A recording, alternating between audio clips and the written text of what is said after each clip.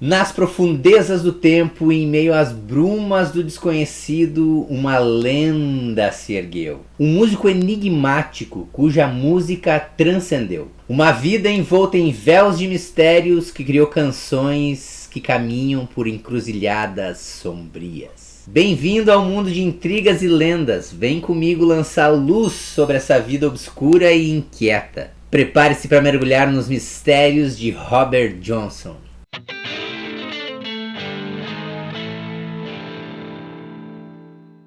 Robert Leroy Johnson nasceu em 1911 em Hazelhurst, no estado do Mississippi, nos Estados Unidos. Ninguém sabe ao certo como era de fato a vida dele. Muito do que eu vou contar aqui para vocês foi descoberto recentemente. O que se sabe é que ele não conheceu o pai e saiu muito cedo com a sua mãe, ainda da sua cidade natal, e foi de cidade em cidade, se estabelecendo então em Memphis. E foi lá que ele conheceu o seu grande amor.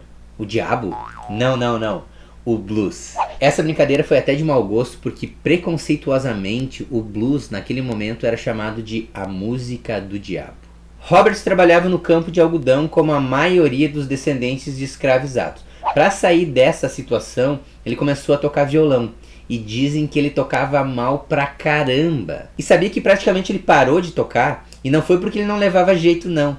Ele realmente tirou um amor, que era a música, por outro. Ele substituiu o blues por Virginia Travis, uma menina de 15 anos que ele casou quando tinha 18. E em seguida eles teriam um bebê. Mas sua esposa teve a ideia de ter o filho na casa da mãe dela. O Robert ia depois. E por que ele ia depois? Porque ele ia retomar seus contatos com o blues. Mas quando ele chegou lá, ela e seu bebê tinham morrido no parto. Ele ficou completamente arrasado. E sabe o que os parentes da Virgínia falaram para ele naquele momento? Que a morte da sua esposa e de seu filho foi devido a ele cantar músicas seculares, principalmente o blues. Com a tragédia ele começou a beber, sair com inúmeras mulheres e se voltou ainda mais ao mundo do blues. Ele foi morar em Hobsonville e lá tinha uma lenda do blues, o Sun House. Robert Johnson queria ser como o Sun House. Ele imaginava ser um dia o Sun House. O Sun House até deixava o Robert Johnson subir no palco e dar uma canja, mas isso que o público odiava. Ninguém aguentava o Robert Johnson tocando. Quando o Robert Johnson pegava o violão e tocava no palco, o público saía de perto. Até que as coisas mudaram. O Robert Johnson sempre viajou muito. Por quê? Porque ele buscava muito conhecer o seu pai biológico. Então ele estava sempre em busca do seu pai.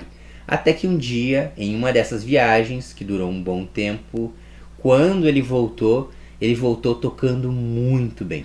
Ele tocava melhor do que muitos músicos já tocaram, principalmente o blues. Quando Sun House e seus amigos viram o Robert Johnson tocando naquele momento, tudo mudou. E é aí que o mito do pacto com o demônio surgiu.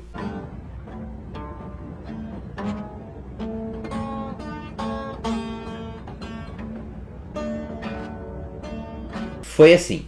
Dizem que à meia-noite, Robert Johnson foi a uma encruzilhada e fez um pacto sombrio. Os sussurros noturnos se espalhavam como fumaça, dizendo que ele trocou os segredos das cordas e o conhecimento do blues pela sua alma. A lenda é que ele teria ido para uma encruzilhada e chamado pelo demônio. Quando o diabo chegou, ele se ajoelhou e entregou o seu violão. O diabo afinou seu instrumento e antes de devolver, ele disse: "Quando eu te devolver esse violão, sua alma será minha. Tem certeza que você quer?" E foi assim que ele fez o suposto pacto com o diabo. E além de ele voltar tocando pra caramba, ele fazia muitas músicas que falava justamente sobre temas relacionados a esse assunto. Was walking side by side. I went to the crossroads.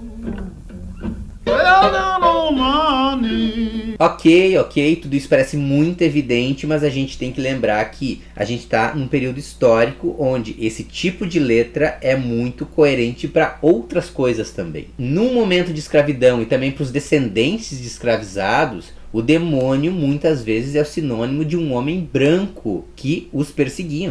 Tem mais, muita gente também era ligado à magia que vinha de algumas religiões afrodescendentes. Então também essas palavras e esse texto era coerente para aquele momento. Mas olha que interessante essa questão misteriosa que envolve a vida dele. Vamos ficar só no plano material e vamos dizer que ele realmente não teria como ter feito um pacto com o demônio, e então o que ele fez foi fazer aulas de violão enquanto ele estava fora. E sim, é claro que foi isso que ele fez enquanto ele estava fora. Ele foi fazer aulas de violão, mas olha que interessante como era a vida do professor de violão do Robert Johnson. Também é envolta em mistérios. Tem uma lenda pro mestre do cara da lenda. O que diz é o seguinte: Ike Zimmerman, o professor de Robert Johnson, teria aprendido a tocar violão sobrenaturalmente em cemitérios, visitando cemitérios à meia-noite. Então outra lenda aparece na vida do Robert Johnson, já que ele tinha aulas com o Ike num cemitério. E de fato eles faziam isso mesmo.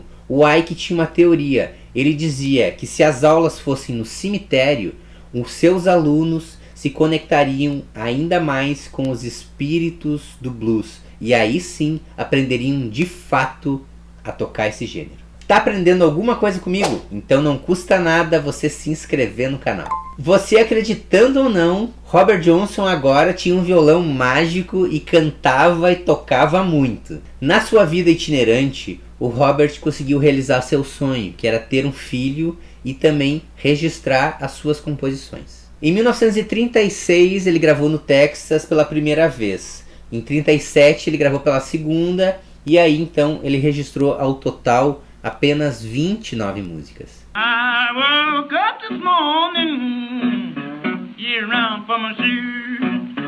Everybody got this. Antes de acabar, você quer mais um mistério? A morte de Robert Johnson aconteceu em 1938. Ele tinha apenas 27 anos.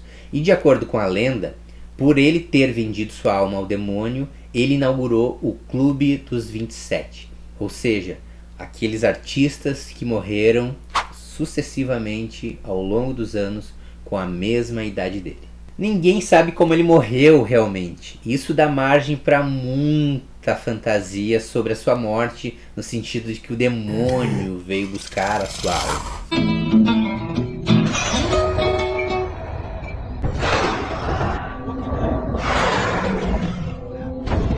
Uma história plausível é que ele teria morrido envenenado em um bar, bebendo um drink de um estranho. Tudo indica que quem deu essa bebida, batizada com naftaleno para ele, foi um marido ciumento de uma mulher que ele, Robert Johnson, teria flertado. Os ecos do pacto ecoam até os dias de hoje, e a música de Robert Johnson é uma janela para sua alma. Sua influência ressoa além do tempo.